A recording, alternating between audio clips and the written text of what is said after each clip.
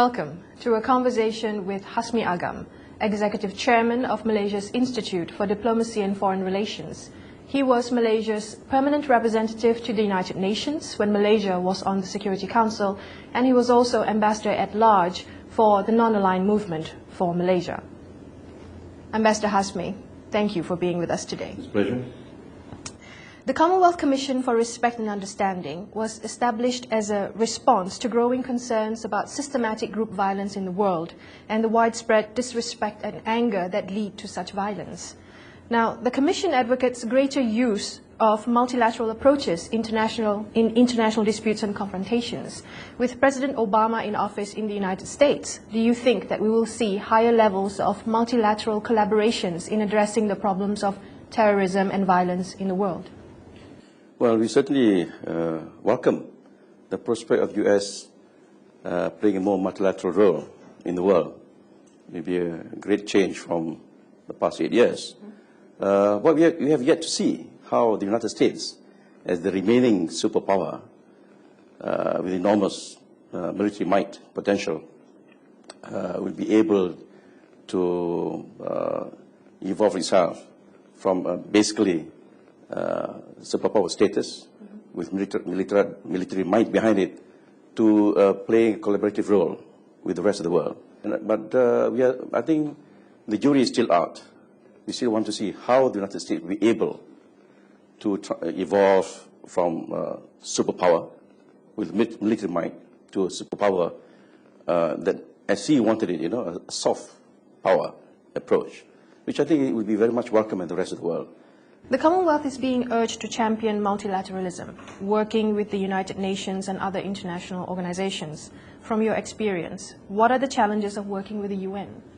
Well, the UN is a huge body, 192 members, a disparate body. So the Commonwealth is has 53 members. So in a sense, it's easier to form a consensus, to find dialogue and conciliation within the Commonwealth, even that there are some exceptions. On some issues, some Commonwealth countries have not seen eye to eye. So the challenge with the UN is how to find a consensus out of enormous diversity of member states that make up the UN. This is one. Second question is lack of political will. This largely arises from the way the UN is being structured. It is not a fully democratic organization. In the General Assembly, of course, there is democracy in play. But in the council that matters, the forum that matters, it is the Security Council, there are 5 permanent members that call the shots on any issue. Even the threat of using a veto is sufficient to block the consensus emerging. And I've served the Council twice in my stint in the UN, and I have seen it happening all the time. So that is a problem. Lack of political will on the part of member states, particularly the ones that call the shots in the Security Council. What has been the challenge of finding consensus on the topic of terrorism? On the issue of terrorism, basically it's a question of definition. There was an attempt when I was there, I don't know where the status is now, to try to define terrorism in the context of coming out with the, what they call, a convention on terrorism. Various countries define terrorism separately, differently. It's not easy. For instance, one country's terrorist, definition of terrorist, is another country's freedom fighter, for instance. Historically, some terrorists later on became heroes of a country, leaders of a country. So this is where I think the basic difference is. It's not easy to find a uniform definition of terrorism. Even among the developing countries, there are some differences in approach.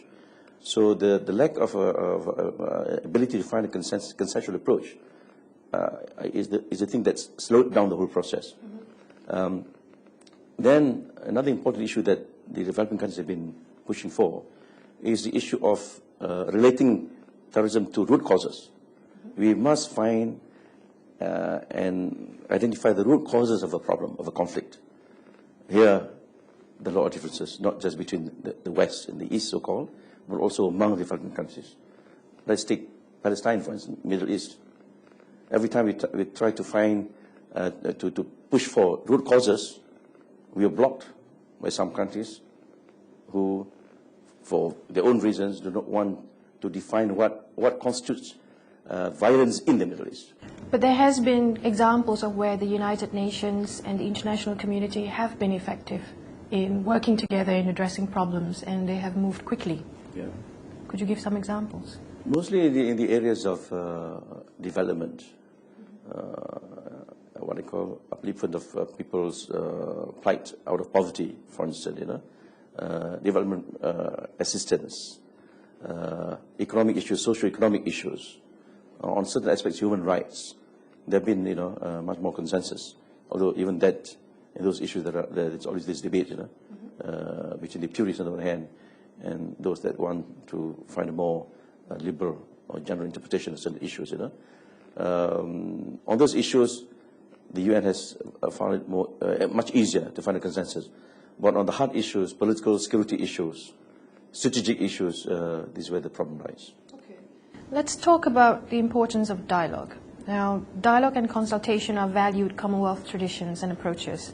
But dialogue sometimes take a long time and may not reach any resolution, which can be very frustrating for people. The Commission on Respect and Understanding nevertheless endorses dialogue as an essential way of dealing with problems of respect and understanding. So do you share this view? Yes, I do share the view, because dialogue is extremely important in trying to bridge differences between among peoples, states, countries, and so on and so forth, and even within countries. Malaysia has also tried to play a role. For instance, for the last 3 years, we had organized, my own institute was involved at the request of the government, to host a meeting or international conference on bridging the gap between Islam and the West. I think it was useful. People were frank. We got people from representing Western countries, Western society in general, and Islamic society, or civilization, as we call it. And we break them into various modules, workshops, to examine various aspects of the problem. And I think it was good. So I would support the idea of dialogue, and between peoples, between countries, even within countries. In fact, some people have commented to us when we organized this conference on bridging the gap between Islam and the West. Some people said, well-meaning people said, that we should begin in the country. We are a multiracial, multi-ethnic, multi-religious country. We should begin the process, especially in Malaysia, internally, to bridge the gaps. And I think dialogue must begin at home, must begin, locally, nationally, regionally, and then internationally. I think that's how the building blocks of dialogue should begin. Right, because governments need to have integrity and credibility. When they say to the international community that they espouse certain values, they should be practicing it at home. Very true. Yes. Now, dialogue alone is not enough. Concrete action is also needed. Sometimes conflict can escalate to extreme levels of violence very quickly with no time for discussion. What happens when you don't have enough time for dialogue and crimes against humanity are being committed? Well, it's a very difficult issue, a very sensitive issue. It relates to an emerging concept. I think there's this concept of responsibility to protect. It's a very controversial concept. The concept simply means that in countries that are not able or are themselves perpetrators of this kind of allegation, crimes against humanity, for instance, then other countries, through the UN perhaps, or ideally, should intervene. But other countries, particularly from the developing countries, feel that this will be an erosion of the concept of state sovereignty. This is the only defense, shield, that developing countries have against possible intrusion and aggression by more powerful states, which can invoke this concept to intervene in countries for whatever reasons. As you know, some countries, especially in the West, resort to double standards. There's no uniform standards in the world. Some countries that violate this concept, this what I call the perpetrate violence on the people and commit crimes, war crimes or crimes against humanity internally or in the territory of their control, get scot-free. Look at Israel, for instance, the kind of actions Israel takes in retaliation to, actions by some members of oppressed people in Palestine are out of proportion. But every time such issues go to the UN Security Council, they get blocked, no resolution is passed, or even if, on occasionally a few resolutions are passed, criticizing Israel, no action is taken. So there is double standard. So unless double standard is removed from what I call state practice or international practice, some countries feel that this concept of responsibility to protect can be abused. In 2005, if I'm not mistaken, at the meeting in UN of world leaders, the World Summit in 2005, endorsed the concept after a prolonged debate. So subsequently, the Security Council has also supported it. So it has become an established principle of international what they call relations now. So that's where I think recourse can be resorted to in cases where dialogue doesn't lead to early, solution of a problem. On issues where there's massive violations of human rights, genocide, and other war crimes, for instance, this concept will, I think, will be invoked from time to time by other countries. This will lead to ideally multilateral action through the UN. But the fear is, by some countries, that if the UN, like what happened in Iraq, for instance, the second Iraq war, the UN was slow to take action. Action was taken outside of the Council. So this could happen, for instance, if a particular country brought us all into the UN in order to get collective action against that particular country, is being, say, blocked, or there's no consensus in the Council, get protracted. There is that possibility that action under the concept of responsibility to protect could be taken outside of the Council. This is the fear. What other forms of international exchanges and cooperation would enhance learning about respect and understanding? I will stick on the theme of international conferences and workshops, colloquium, dialogue. I think there is a great possibility of collaboration between government and civil society. Sometimes, with best intentions, government is not able to push forward a certain agenda, because when it becomes intergovernmental, state positions are involved, national positions are involved. And it is very difficult to get a consensus when states with very strong positions on the issues are involved. But in occasions when there is collaboration between state and civil society, where state representatives attend sometimes on their own right, as it were, we are not committing governments on some issues, more to listen, to inform, to advise. And civil society actors plays a more active role. I think there would be more progress in those kind of situations. Sometimes governments might not want to play an active role on stage, but they encourage civil society to take the lead role with support from governments. I think this is one way of doing it. More such activities would be, I think, welcome. The Commonwealth provides a shared forum in which governments and civil society meet as partners and as equals. Is this equality an international community standard? When you read UN Charter, the preamble speaks about we the peoples. Government representatives, when I represent the government, we said that, well, the peoples are as represented by government representatives, by governments, in other words, because the UN is an intergovernmental organization. But a lot of civil society friends of mine say that the UN is not truly democratic, it's not really people-oriented, because it is being dominated by government representatives. They don't have a voice. So ideally, they would like to see a situation where the UN comprises of government representatives as well as civil society representatives. Now, governments argue that we are representative of our people.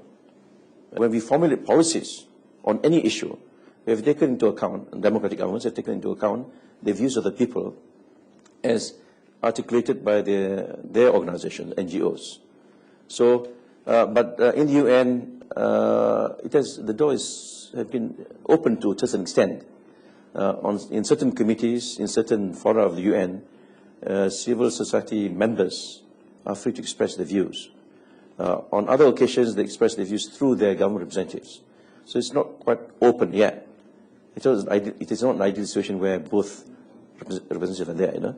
But I think the civil society members will have to make further inroads in this, create more push.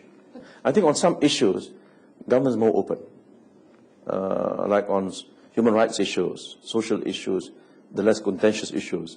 But on some more sensitive issues, I think that's where the challenge is, how to work with government to open the door a bit wider. Maybe a better way is to work through government and in the formulation of policies. In some countries, of course, civil society organizations not flourishing very much. This is a new thing. So I think it is incumbent upon countries that they have a long experience on the growth and promotion of civil society activities to encourage their counterparts around the world to form up their own organizations within their own countries. What are your thoughts on the Commonwealth and the role of the Commonwealth in the international community, particularly in sharing its lessons learned in development, promoting respect and understanding, and also in forwarding the Commonwealth view? Well, I think the Commonwealth certainly can do more on the international stage. We are very much, committed to the Commonwealth. We hosted the Agam years ago when Tun Mahathir was the Prime Minister. But from my perspective, as a former ambassador to the UN, I think the Commonwealth, unfortunately, has not created much impact at the UN stage. For instance, there is no caucus of the Commonwealth in the Security Council. We have a NAM caucus in the Council to help member states of NAM to formulate positions in the Council on any issue. In the Commonwealth, in the Council, at any time there may be at least 3 members of the Commonwealth. The UK is a permanent member, and normally at least 2 or 3 other Commonwealth countries. But there was never a caucus of the Commonwealth, so the Commonwealth has no view in the Security Council on issues, and also on general issues in the other fora of the UN. It doesn't exist as a caucus, unless I'm mistaken on some issues. So I would like to see actually the Commonwealth, forming up, kind of a caucus, informal one. If you kind of form a institutional caucus, this is an informal consultative caucus, But the Commonwealth on most issues are very cohesive. So I think we can do more in the UN context. I would like to see a greater visibility of the Commonwealth at the United Nations. On that note, thank you, Ambassador Hasmy. You're welcome. Thank you very much. Yeah. And that concludes our conversation with Ambassador Hasmy Agam, Executive Chairman of Malaysia's Institute for Diplomacy and Foreign Relations.